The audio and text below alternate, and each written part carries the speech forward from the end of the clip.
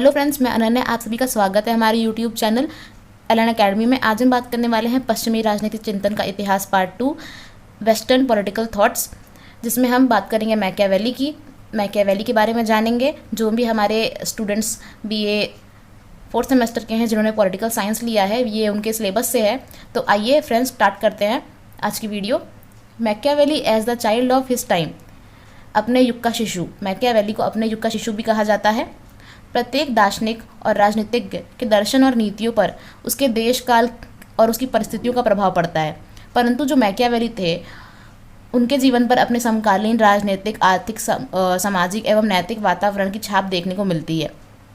उस पर प्रोफेसर डैनिंग का यह कथन है कि यह प्रतिभा संपन्न फ्लोरेंस वासी वास्तविक अर्थों में अपने युग का शिशु था। ये बहुत इंपॉर्टेंट लाइन है। ये पूछ सकता है कि किसका कथन है कि यह प्रतिभा संपन्न फ्लोरेंस वासी वास्तविक अर्थों में अपने युग का शिशु था। तो आपको ये पता होना चाहिए इसका आंसर कि प्रोफेसर डैनिंग ने ये कथन दिया है।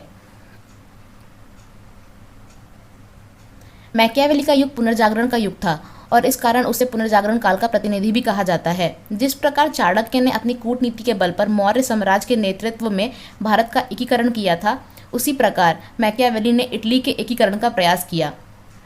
चाणक्य ने जिस प्रकार मौर्य साम्राज्य के नेतृत्व में भारत का एकीकरण किया था, आप लोग तो जानते होंगे, उसी प्रकार जो मैकियावेली थे उन्होंने भी इटली के एकीकरण का प्रयास किया। मैकियावेली को इटली का चाणक्य भी कहा जाता है। ये भी बहुत इंपॉर्टेंट पॉइंट है, आप इसको नोट कर सकते हैं। आपको इसको याद रखना है कि मैकियावेली को इटली का चाणक्य कहा जाता है, क्योंकि ये क्वेश्चन आ सकता है आपके एग्जाम में कि इटली का चाणक्य किसे कहा जाता है। मैकियावेली का पूरा नाम निकोलो मैकियावेली था। उसका जन्म 1469 में इटली के फ्लोरेंस में हुआ था। मैकियावेली विभिन्न यूरोपियन देशों में 23 बार राजदूत नियुक्त हुआ था। इस वजह से उसे फ्रांस में लुई द्वादश, पवित्र रोमन सम्राट मैक्सिमिलियन प्रथम और जूलियस द्वितीय के दरबारों में जाने का अवसर मिला और वहाँ पे जाके वहाँ की कूटनीति, दाव पेच और षड्यंत्र वगैरह करने जो होते हैं उनका अध्ययन करने का अच्छा अवसर उसे प्राप्त हुआ। मैकियावेली की रचनाएं discourses, Prince, the art of war, the history of Florence, ये 4 रचनाएं हैं मैकियावेली की जो आपको पता होनी चाहिए। चारों के नाम पता होना चाहिए: discourses, Prince, the art of war, the history of Florence. Machiavelli का युग जो था क्या था और मैकियावेली क्यों अपने युग का शिशु कहलाया, इसके बारे में भी जानते हैं। जैसा कि हमने ऊपर बात की कि प्रत्येक दार्शनिक और राजनीतिज्ञ के जीवन में उसके परिस्थितियों का और देश काल का प्रभाव पड़ता है, लेकिन जो मैकियावेली थे उनके जीवन में समकालीन राजनीतिक और आर्थिक, सामाजिक, नैतिक वातावरण की छाप देखने को मिलती है।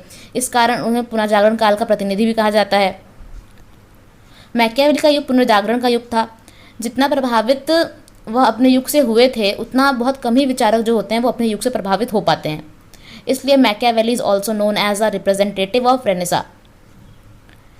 मैकियावेली ने अपना संपूर्ण लेखन कार्य या जितनी भी रचनाएं की हैं वो अपने समकालीन परिस्थितियां थी, जो भी कंडीशंस थी, उसके अकॉर्डिंग या उसके आधार पर की हैं। उसने अपने युग की परिस्थितियों का यथार्थ रूप से अध्ययन किया या यथार्थ रूप से अपने युग की परिस्थितियों को देखा और अपनी रचनाओं में उसका समाधान प्रस्तुत किया। प्रमुख परिस्थितियां जिनके आधार पर मैकियावेली अपने युग का शिशु कहलाया, यहाँ पे गलत टाइप हुआ है, यहाँ पे मैकियावेली अपने युग का शिशु कहलाया होना चाहिए था। तो फर्स्ट पे पुनर्जागरण। आपको पता है कि मैकियावेली को पुनर्जागरण काल का प्रतिनिधि कहा जाता है। मैकियावेली का जन्म इटली में हुआ था, जिस समय ज्ञान और वृद्धि का पुनरुदय काल चल रहा था, यानी पुनर्जागरण काल में हुआ है। और उसकी रचनाओं में पुनर्जागरण की आत्मा स्पष्ट रूप से झलकती है। परंतु काल के साहित्य, कला, दर्शन, राजनीतिक एवं विज्ञान के क्षेत्र में मध्य युग के आदर्शों का अंत हो रहा था एवं यूनान तथा रोम के जो प्राचीन आदर्शों में लोग की आस्था बढ़ती जा रही थी और इस कारण व्यक्तियों में नवीन चेतना और स्वतंत्रता होती है, वो सब नए मूल्य के प्रति आस्था प्रबल हो रही थी। कहने का मतलब है हर जगह एकीकरण हो रहा था और जो लोग थे उनमें नई चेतना उत्पन्न हो रही थी, स्वतंत्रता के लिए उत्पन्न हो रही थी, नई आस्था प्रबल हो रही थी। पुनर्जागरण काल की मान्यता थी कि जो मान्यता थी वो मैकियावेली के घर कर गई। मतलब मैकियावेली के दिमाग में यह आ गया कि मानव स्वयं ही अपने जीवन का निर्माता होता है या अपने भाग्य का निर्माता होता है। यह विश्व विकासशील है और इसमें उन्हीं का अस्तित्व रहता है जो अस्तित्व के लिए संघर्ष करते हैं। मैकियावेली का ये मानना था कि मानव स्वयं ही अपने जीवन का निर्माता है और यह विश्व विकासशील है और इसमें उन्हीं लोग का अस्तित्व रहता है जो अपने अस्तित्व के लिए संघर्ष करते हैं। सेकेंड पॉइंट है शक्तिशाली राजतंत्र की स्थापना। 16वीं शताब्दी के अंत तक चर्च और राजसत्ता का आंदोलन समाप्त हो चुका था और इन क्षेत्रों में केंद्रीकरण प्रारंभ हो गया था, मतलब केंद्रीय सरकार के लिए केंद्रीकरण प्रारंभ हो गया था। मैकियावेली जो था वो इटली में सबल राजतंत्र की स्थापना करना चाहता था, मतलब एक मजबूत राजतंत्र की स्थापना करना चाहता था जिससे इटली को कोई पराजित ना कर पाए। मैकियावेली भी इटली के लिए ऐसे शासन की कल्पना कर रहा था जिसमें इटली के समस्त राजनीतिक शक्तियों का केंद्रीकरण हो सके तथा इटली में एकता और एक सबल राजतंत्र की स्थापना हो सके। जैसा कि मैंने बताया कि एक ताकतवर राजतंत्र की स्थापना हो सके और एकता भी बनी रहे। प्रिंस और डिस्कोर्सेस में मैकियावेली ने यह विचार प्रस्तुत किया है। थर्ड पॉइंट है राष्ट्रीयता की भावना। कई राज्य जैसे इंग्लैंड, फ्रांस, स्पेन में राष्ट्रीय एकीकरण की प्रक्रिया शुरू हो गई थी और इन राष्ट्रों के निवासी में एकता की जो भावना थी वो भी अपना ली थी। इन जो निवासी थे इंग्लैंड, स्पेन, फ्रांस के, इन्होंने एकता की भावना अपना ली थी। वह सब अपने आप को दूसरे राष्ट्र के वासियों से अलग समझने लगे थे। उस समय जो इटली है वो 5 राज्यों में बटा हुआ था। रोमन, मिलान की duchy, Naples, Venice, Florence. Naples, Rome, Milan की डची, वेनिस, फ्लोरेंस, ये 5 राज्यों में जो इटली है वो बटी हुई थी। यह पांचों राज्य आपस में संघर्ष करने में लगे हुए थे और इनके आसपास के राज्य जो थे उनकी दृष्टि लगी रहती थी कि किस प्रकार इसकी दुर्बलता का लाभ उठाया जाए, फ़ायदा उठाया जाए। लेकिन मैकियावेली ने यह घोषित किया कि अगर इटली में केंद्रीय सरकार की स्थापना नहीं हुई तो फ्रांस और स्पेन जैसे राज्य उन्हें हड़प लेंगे, इटली को हड़प लेंगे और अपने ग्रंथों के माध्यम से केंद्रीय सत्ता की स्थापना करने का प्रयास किया मैकियावेली ने। फोर्थ पॉइंट है धर्म और नैतिकता। मैकियावेली के समय में पोप का विश्व सम्राट का सपना जो था वो समाप्त हो चुका था। पोप के काले कारनामे, काले चिट्ठे सबके सामने खुल चुके थे।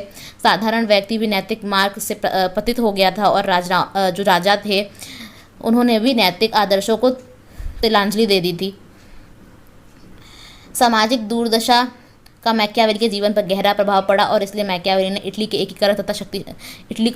एकीकरण और उसको शक्तिशाली बनाने के लिए निरंकुश राजतंत्र की स्थापना की या समर्थन किया।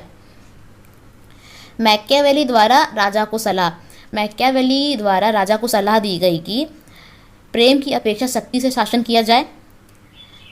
राज्य के अस्तित्व को बचाए रखने के लिए धर्म नैतिकता की अवहेलना भी करना पड़े तो वो गलत नहीं है। मैकियावेली द्वारा राजा को साम दाम दंड भेद का यूज़ करने का निर्देश दिया गया कि आवश्यकता अनुसार राजा साम दाम दंड भेद का इस्तेमाल भी कर सकता है। मैकियावेली के अनुसार छल कपट को जानने के लिए राजा को लोमड़ी और भेड़िए को डराने के लिए उसे शेर होना चाहिए। ये जो लाइन है थोड़ी अजीब सी है, लेकिन इसमें ये कहा गया है कि लोमड़ी और भेड़ियों को डराने के लिए राजा को शेर होना चाहिए।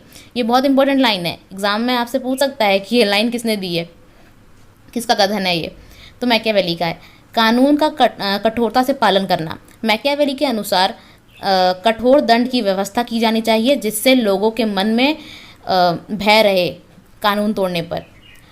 तो फ्रेंड्स आज की वीडियो यहीं तक थी। Thank you. अगर आपको वीडियो पसंद आई हो तो वीडियो को लाइक, शेयर, कमेंट, सब्सक्राइब ज़रूर कीजिएगा और शेयर भी करिएगा अपने दोस्तों तक। और आगे हम इसका नेक्स्ट पार्ट अपलोड करेंगे तो उसको भी देखिएगा।